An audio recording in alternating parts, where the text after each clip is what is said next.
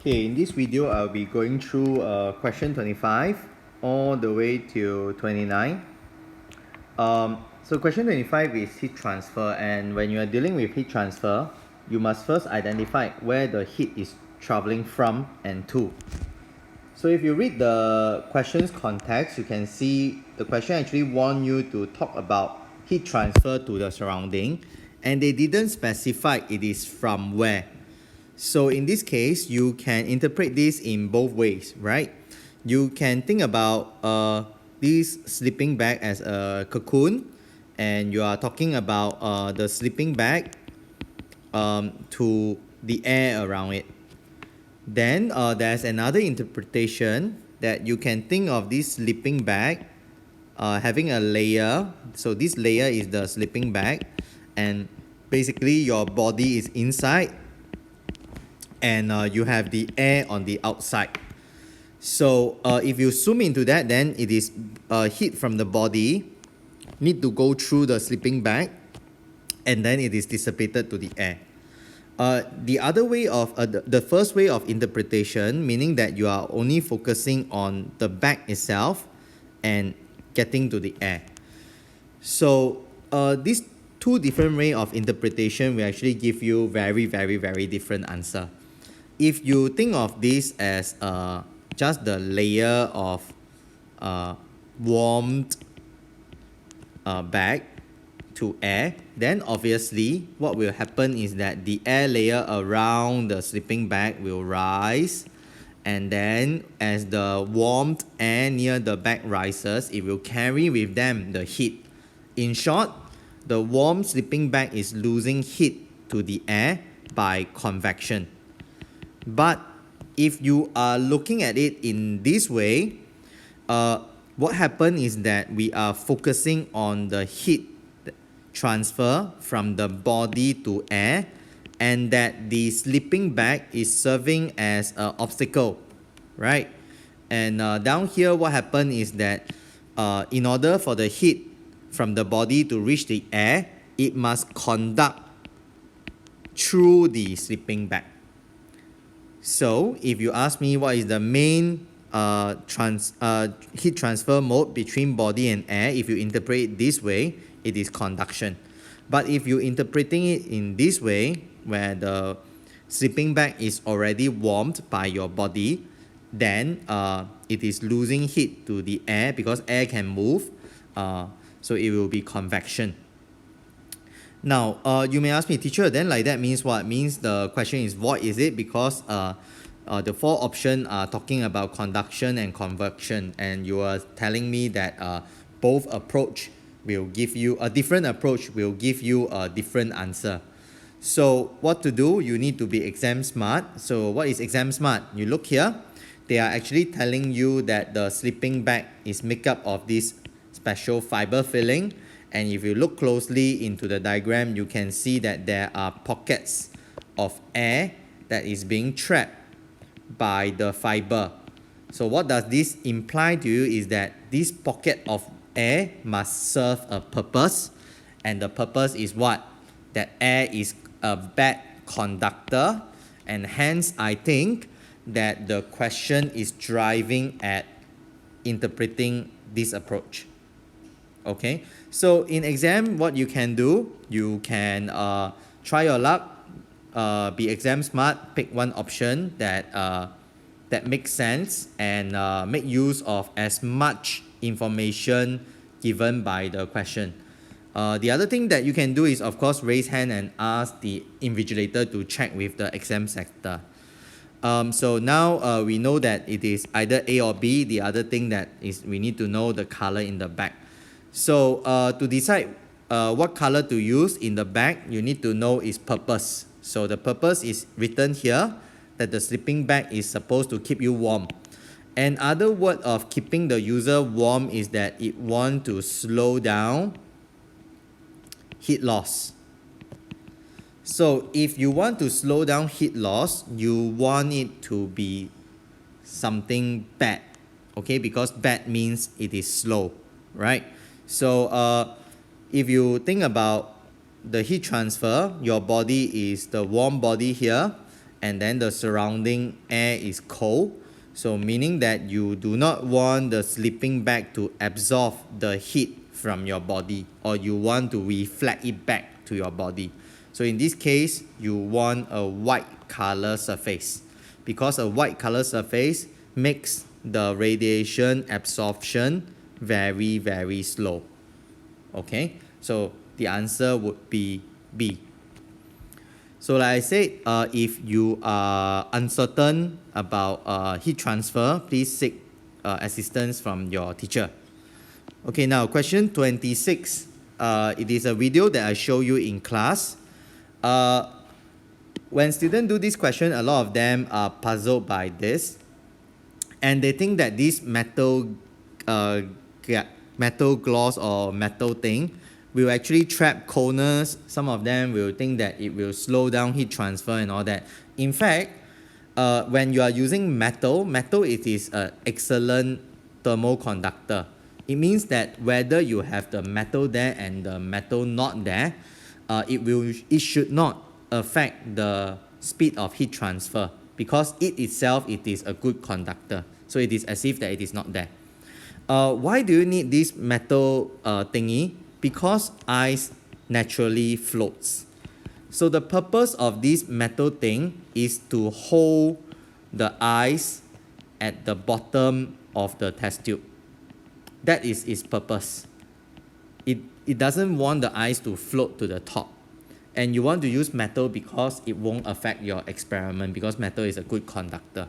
So that's why you have this thing there. So the question is asking you why the ice take a long time to melt.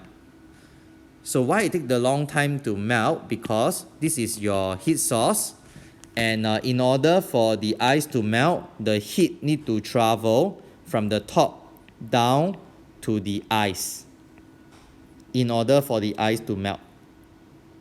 Now if you look at the position of the heat source, you can see that can convection of the boiling water carry the heat to the ice?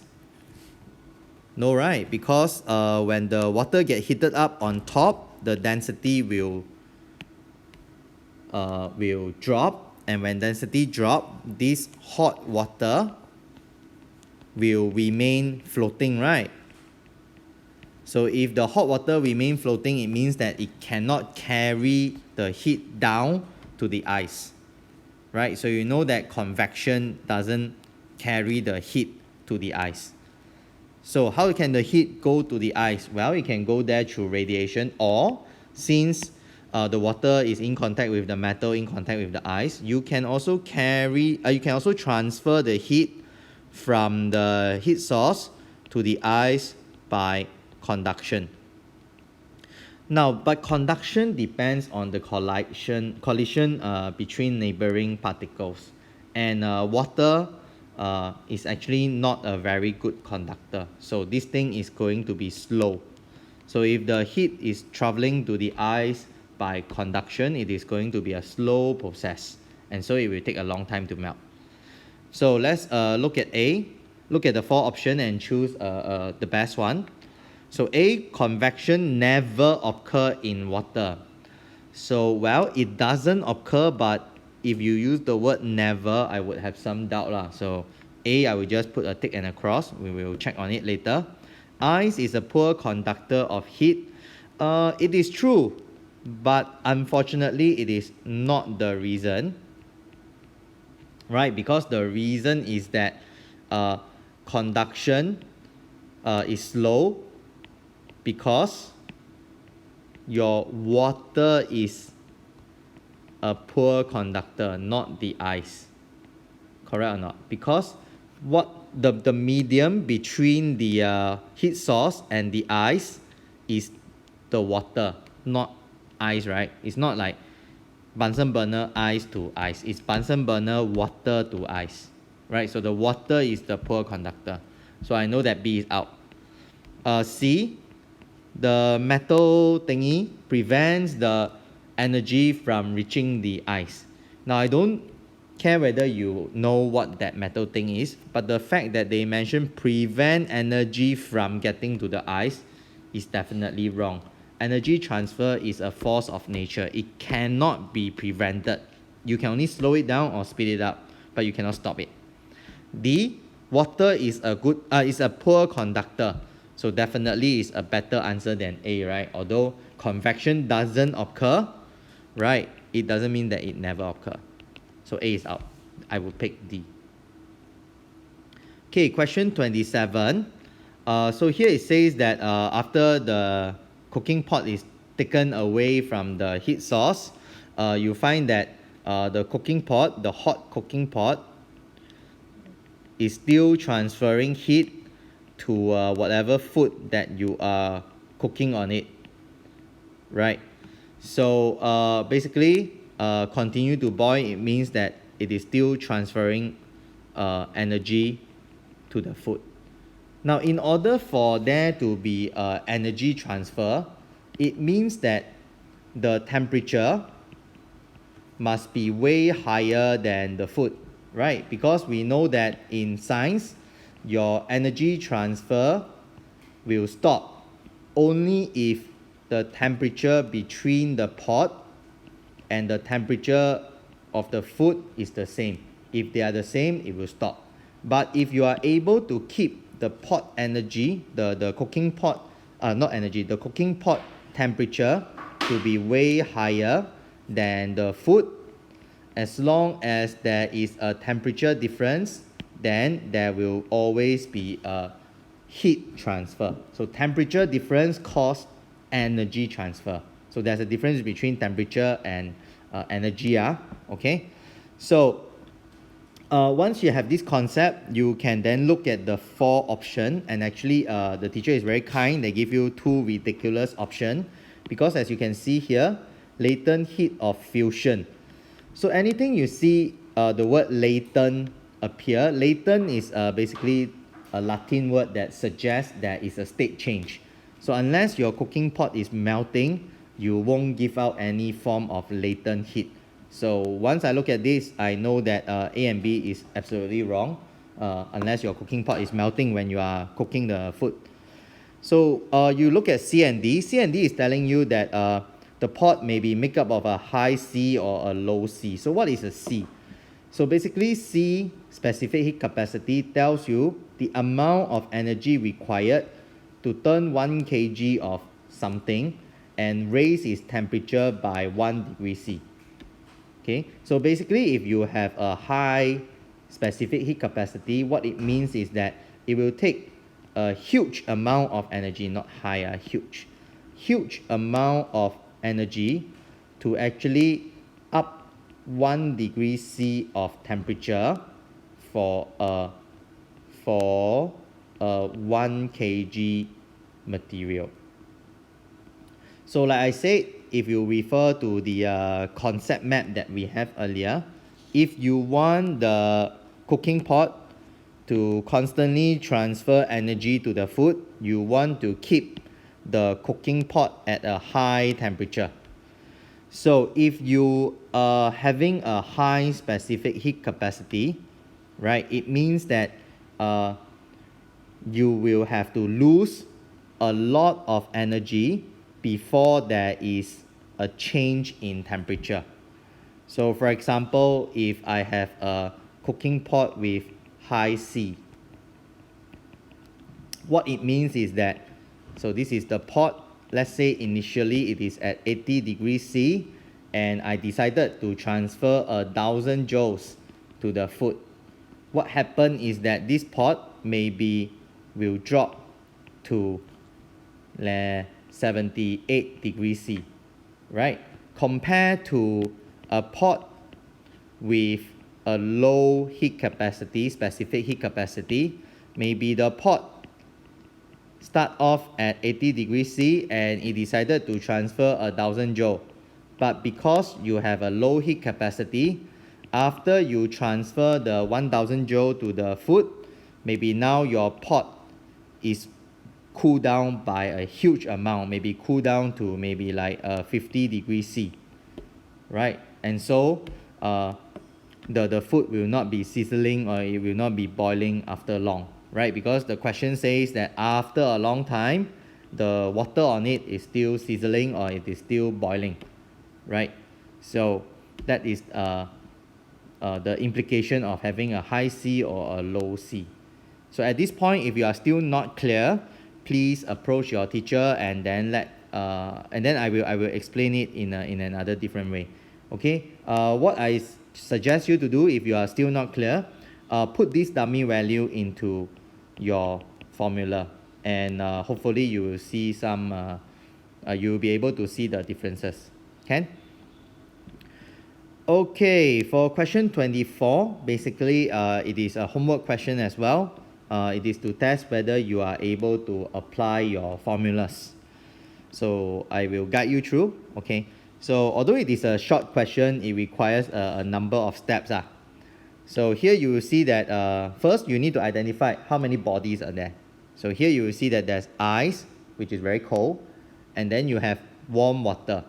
So therefore you have two bodies exchanging heat with each other. So this means that you have to first write down the thermal exchange expression. So you will have the ice gaining heat, and the amount of energy gained by the ice must come from the warm water, right? So you will have the 18 degrees C water losing energy. So whatever the water lose, the ice will gain, right? Quite straightforward, right? So like I said, in physics, it's not about memorizing the formula and then quickly write down the formula and try to put numbers into it. It is about writing this expression that describe how the energy is being transferred. Okay, so let's take a look. So now we need to imagine how things work. So when ice gain energy, two things will occur, right? So first, the ice will melt, right? Because the ice is already at 0 degree. So when ice is already at 0 degree and when it receives energy, it will melt. Then after that, the melted ice, when ice first melted, it will be at 0 degree. But after it melts, it will continue to absorb energy from the surrounding warmer water, and it will reach a certain temperature T. I do not know what temperature is that. Okay, so that is what will happen when ice gain energy. Two things will happen. Then when your warm water is losing energy, then of course this 18 degrees C water will cool down, right, from 18 degrees C to a certain temperature that you do not know. So now the question wants us to find out what is this certain temperature that the two objects will reach. So now your job is to turn this and this into formulas, and of course this. So we will do the right hand side first. Right hand side is about losing energy due to change of temperature. So it will be Q, right? 18 degrees C to T. Then melted ice, it will be Q because no change in state, and it is from 0 degrees C to T. Followed by the energy absorbed when the ice melt, there's a state change. So this is LF. So far, okay or not? Okay, at this point, if you are unable to appreciate how the terms come into picture, please raise your hand and ask your teacher. Okay, now we know this is Q, so we expand it into MC delta T. Right, the M will be the mass of your 18 degrees C water. C will be the specific heat capacity of water, 4200. Temperature change is from 18 degrees C to a lower temperature. So it's 18 minus T, right? You expect this new temperature to be a cooler temperature, right? Because your water is losing energy. So therefore, this temperature is going to be cooler. So now let's do the ice side. For the ice side, L is equals to mass of the ice times specific latent heat of fusion plus mass of the ice, because melted already, multiplied by C of water because liquid state, and there's a change of temperature. So the mass of ice is 0.1. So mass of ice is 0.1. Specific latent heat of fusion. Specific latent heat of fusion is this. Check the unit. It is not kilojoule, it's just joule, so I'm fine. So let's write this down. 336,000, and then plus mass of ice times specific heat capacity of water.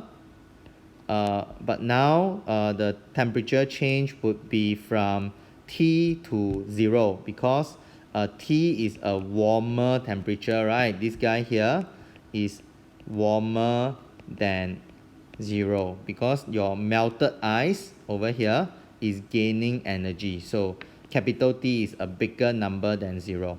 So be very mindful why thermal property is so easy to get wrong is because of the placement of T.